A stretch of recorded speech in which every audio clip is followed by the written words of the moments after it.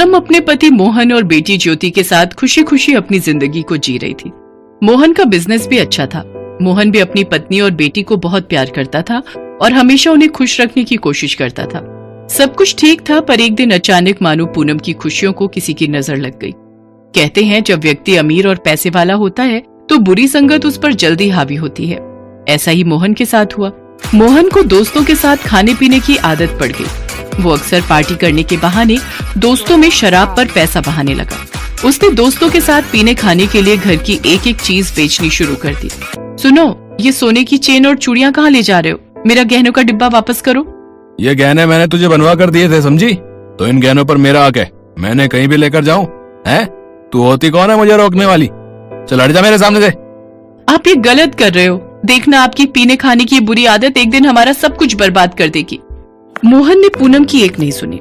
धीरे धीरे मोहन ने अपना सब कुछ बेच दिया, यहाँ तक कि घर भी। अब वो बहुत गरीब हो चुके थे। मोहन पूनम और ज्योति को लेकर एक किराए के घर में रहने लगा। शराब ज्यादा पीने के कारण मोहन की तबीयत बहुत खराब रहने लगी थी और घर में दवाई के पैसे नहीं थे। क्या करूं, घर में तो बिल्कुल भी पैसे नहीं है। इनकी दवाई खत्म हो रही है, पर मुझे कुछ तो करना ही होगा, नहीं तो इस घर का खर्च कैसे चलेगा। सब मेरे कारण हुआ है। ना मैं शराब जैसी बुरी चीज को अपनी आदत बनाता और ना हमारा ये हाल होता। बना बनाया बिजनेस, घर, गाड़ी सब बिक गया।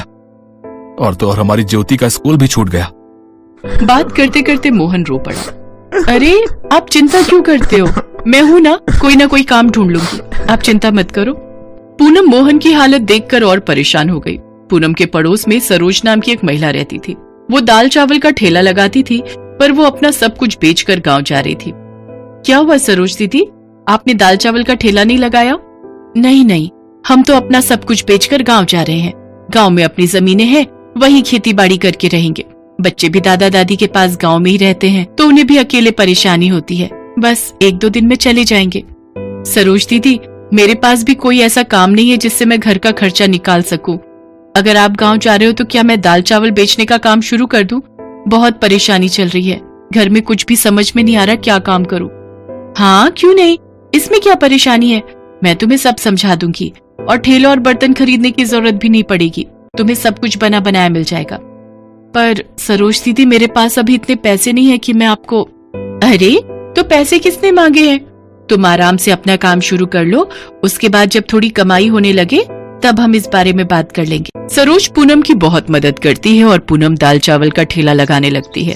सरोज गांव जा चुकी थी, पर उसके बंधे हुए ग्राहक अब पूनम के ठेले पर आने लगे थे। इससे पूनम को बहुत फायदा हो गया। पूनम रोजाना सुबह दाल चावल बनाती थी और पूरा दिन ठेले पर दाल चावल बेचती थी। पूनम की कमाई शुरू होने लगी, जिससे घर का खर्च भी निकलने लगा और मोहन की दवाई भी समय पर आ जाती थी। पूनम ने ज्योति को भी फिर से स्कूल में डाल दिया।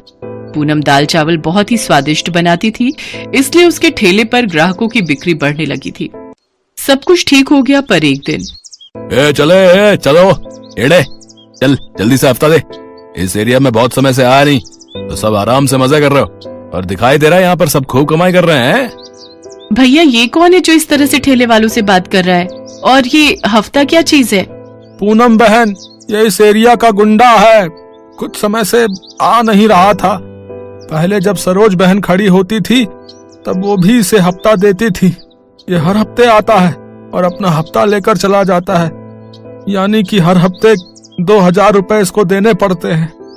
ये तो बहुत गलत बात है। कोई इसके बारे में पुलिस से नहीं कहता? अरे बहन, इस गुंडे से सब डरते हैं। किसकी मजाल की पुलिस में इसके खिलाफ कोई एक भी शब्द कह दे। अब तुम भी इसे चुपचाप पैसे दे देना, वरना ये तुम्हें यहाँ ठेला नहीं लगाने देगा। नहीं भैया नहीं, अत्याचार सहना और अत्याचारी का साथ देना दोनों ही गलत है। मैं इस अत्याचार को सहन नहीं कर सकती। मैं इस गुंडे को पैसे नहीं दूंगी। तभी वो गुंडा वहाँ आ जाता है। अरे यहाँ तो पहले सरोज ठेला लगाती थी ना, लगता है तुम उसकी जगह आई हो। चलो मुझे क्या करना है, चले जल्दी से मेरा हफ्ता दे, मुझे देर हो रही है मुझको। मैं कोई हफ्ता नहीं देने वाली। मैं अपनी मेहनत की कमाई तुम्हें क्यों दूं?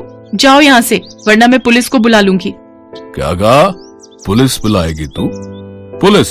मेरे खिलाफ कोई पुलिस में शिकायत नहीं कर सकता, समझी? सब मेरे से डरते हैं, समझी? अब देखता हूँ तू यहाँ ठेला कैसे लगाती है। चल हट यहाँ से। अरे छोड़ो, निकालो इसके गले में से 2000 रुपए। चलो। तुम लोग ये ठीक नहीं कर रहे हो, मैं तुम्हें नहीं छोड़ूंगी। सब लोग जग्गू नाम के उस गुंडे से डरते थे। कोई भी जग्गू के आगे नहीं बोलता था। जग्गू सबसे पैसे लेकर चला जाता है। पूनम बहुत गुस्से में थी। वो सीधी पुलिस स्टेशन जाती है और जग्गू के खिलाफ शिकायत दर्ज करती है। उस एरिया में ये सब चल रहा है, इस बात का हमें पहले ही शक था।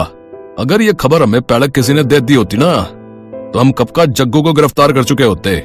हम जब भी वहाँ के ठेले वालों से कुछ भी पूछने के लिए जाते हैं तो कोई भी जग्गू के खिलाफ गवाही नहीं देता, सब डर जाते हैं। आपका बहुत बहुत शुक्रिया मैडम, आप सचमुच बहुत बहादुर हैं। आप फिक्र मत कीजिए, हम जग्गू को शाम होने से पहले ही गिरफ्तार कर लेंगे और आपके पैसे आपको मिल जाएंगे मैडम। आप जाइए अब।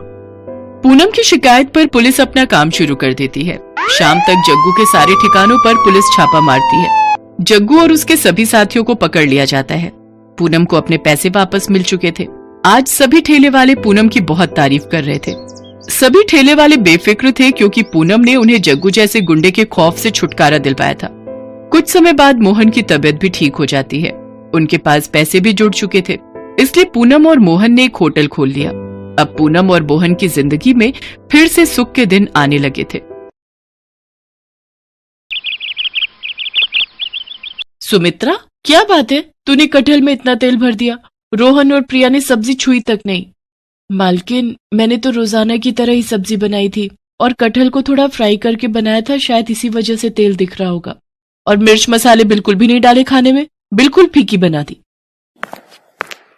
ओ सुमित्रा, बात सुन, इसकी बातों को मत सुना कर। तेरे हाथ की सब्जियां बहुत स्वादिष्ट होती हैं। अभी बहू को पका पकाया मिल जाता है ना, इसीलिए उसे काम वालियों की कदर नहीं। जिस दिन तू कभी ना आए, एक फुल्का बनाने भी रसोई में नहीं घुसती। सब खाना बाजार से ऑर्डर होता है। अच्छा सुन, भिंडी की सब्जी रखी है। कल रात ये सब खाना खाने होटल चले गए, किसी ने सब्जी छुई तक नहीं। वैसे क्या बात है, तू थोड़ी परेशान लग रही है। अब तेरे आदमी की तबीयत कैसी है? अभी तो डॉक्टर ने पैर का बहुत खर्च बताया है, पता नहीं कोई रॉड डलेगी तभी ठीक होगा। अच्छा चलती हूँ माता जी। सुमित्रा एक गरीब औरत थी। जब से उसके पति के पैर का एक्सीडेंट हुआ है, तब से वो मजबूरी में यहाँ कोठी में रोटी बनाने का काम कर रही है। सुमित्रा की मालकिन शोभा अच्छे स्वभाव की नहीं है, पर सुमित्रा अकेली ही कमाने वाली है, इसीलिए वो यहाँ काम करके 2 पैसे कमा लेती है। माँ, आज बहुत देर लगा दी, मुझे बहुत भूख लगी थी, घर में कुछ भी खाने को नहीं रखा है। माँ, ये क्या लाई हो? ये मैं भिंडी की सब्जी लाई हूँ। तुम्हें भिंडी पसंद है ना? मैं अभी तुम दोनों के लिए और तुम्हारे पापा के लिए रोटी सेक देती हूँ, फिर गरम गरम रोटी भिंडी के साथ खाना। सुमित्रा, आज मेरी इस हालत की वजह से तुम्हें कितने दुख झेलने पड़ रहे हैं। काश उस एक्सीडेंट में मैं मर ही जाता। खबरदार, जो ऐसी बात कही, आज कह दिया, आगे से मत कहना। अरे तुम ही तो मेरा संसार हो, तुम्हारे बिना तो हम तीनों नहीं रह सकते। देखना, एक दिन तुम जरूर ठीक हो जाओगे। सुमित्रा बहुत हिम्मत वाली थी। वो अपने पति को हमेशा हिम्मत देती रहती थी, पर एक दिन सुमित्रा की हिम्मत खुद ही टूट गई जब उसकी मालकिन ने अचानक से उसे नौकरी से निकाल दिया। पर मालकिन, कोई कमी है तो वो बता दो, मैं वो दूर कर दूंगी। ऐसे अचानक से आप मुझे नौकरी से निकाल दो कि मेरे पास कोई और घर भी नहीं है काम करने का। मेरा बहुत नुकसान हो जाएगा मालकिन। अरे शोभा, एक बार सोच ले, अगली बेचारी को कितने समय से तूने काम पर रखा हुआ है और अचानक से तू इसे निकाल रही है। इसका पति वैसे ही बीमार है, घर में 2 छोटी छोटी बच्चियां भी हैं। ऐसे किसी के पेट पर लात क्यों मार रही है? माँ जी, आप चुप रहिए। आपको ज्यादा पता है या मुझे पता है इस घर का? सुमित्रा, मैंने तुम्हारा हिसाब कर दिया है। ये तुम्हारे इस महीने के 2 दिन आई हो, तुम ये 2 दिन के रुपए ले जाओ, कल से मत आना। सुमित्रा रोती हुई घर चली जाती है। घर पहुंचकर वो अपने पति को सारी बात कहती है। वो भी ये सब सुनकर बहुत परेशान हो जाता है। अचानक से सुमित्रा को कौन काम देगा? हर कोई एकदम से विश्वास भी नहीं करता, और वो भी एक रोटी बनाने वाली पर। सुमित्रा शाम का खाना बना रही थी कि तभी उसके दरवाजे पर खटखट होती है। अरे माताजी, आप और इस समय? आइए, अंदर आइए। सुमित्रा, आज सुबह शोभा ने जो भी किया उस बात से मुझे बहुत ठेस पहुंची है। मैं मंदिर के लिए निकली थी, पर मेरा मन मंदिर में भी नहीं टिक रहा था, इसलिए मैं तुमसे मिलने चली आई। मैं शोभा को तो नहीं सुधार सकती, पर मैं तुम्हें एक सलाह देना चाहती हूँ, अगर तुम मानो तो। जी बोलिए माताजी। सुमित्रा, ये 10,000 रुपए रख ले। और इनसे खुद का कोई खाने का ठेला लगा ले। वैसे तू छोले भटूरे बहुत ही अच्छे बनाती है, अगर तू चाहे तो छोले भटूरे का ठेला शुरू कर सकती है। आजकल लोग छोले भटूरे खाना बहुत पसंद करते हैं और आगे सर्दियों के दिन भी आ रहे हैं, तो तेरी अच्छी खासी बिक्री शुरू हो जाएगी। पर माताजी, आप मुझे इतने सारे पैसे दे रही हो, मुझे अच्छा नहीं लग रहा। सुमित्रा, ये पैसे मेरे खुद के हैं, मैंने जोड़े हुए थे, और फिर इन रुपयों की मेरे से ज्यादा तुझे जरूरत है। अब तू देर मत कर, इन रुपयों से जल्दी से छोले भटूरे का ठेला शुरू कर दे, फिर मैं गरम गरम छोले भटूरे खाने आऊंगी। उन रुपयों को देखकर सुमित्रा के मन में हिम्मत जाग जाती है और वो माताजी को दिल से शुक्रिया करती है। आज मुसीबत की इस घड़ी में माताजी उसके लिए ईश्वर का रूप बनकर आई थी। माताजी की सलाह सुमित्रा और उसके पति को ठीक लगती है और अगले ही दिन सुमित्रा छोले भटूरे का ठेला लगाने के लिए सारा सामान इकट्ठा कर लेती है और 2-3 दिन में ही उसका छोले भटूरे का ठेला शुरू हो जाता है।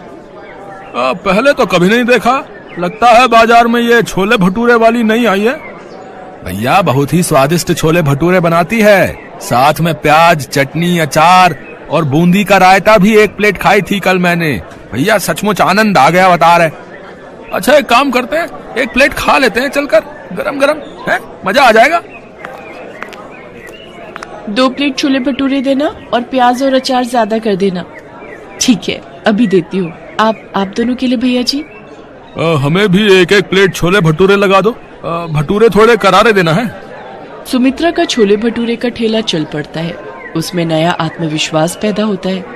धीरे धीरे वो छोले भटूरे के ठेले से अच्छे पैसे कमाने लगती है और एक छोटी दुकान किराए पर ले लेती है। अब सुमित्रा की छोले भटूरे की दुकान थी, उसके साथ साथ गाजर का हलवा, मूंग की दाल का हलवा, गुलाब जामुन और कुछ मिठाइयां भी बेचनी शुरू कर दी थी। सुमित्रा ने काफी अच्छे पैसे कमा लिए थे। एक दिन वो माताजी से मिलने गई। नमस्ते मालकिन, वो माताजी से मिलना था। माँ जी का 15 दिन पहले स्वर्गवास हो गया। शुगर बढ़ गई थी और फिर काफी तबीयत खराब होने की वजह से डॉक्टरों ने जवाब दे दिया था। कुछ काम था माँ जी से, मुझे काम से जाना है, मुझे देर हो रही है। माताजी के गुजरने की खबर सुनकर सुमित्रा की आंखों में आंसू आ जाते हैं। आज उन्हीं के कारण उसके पास पैसे और काम था। सुमित्रा जो रुपए माताजी को वापस करने गई थी, उन रुपयों से वो गरीबों में माताजी के नाम का दान करती है ताकि उनकी आत्मा को शांति मिल सके। सुमित्रा के पति के पैर का ऑपरेशन भी ठीक ठाक हो जाता है। अब दोनों पति पत्नी मिलकर छोले भटूरे की दुकान चलाते थे, पर आज भी सुमित्रा माताजी के एहसान को नहीं भूल पाई थी। इसीलिए वो उनकी याद में महीने में 1 दिन छोले भटूरे बना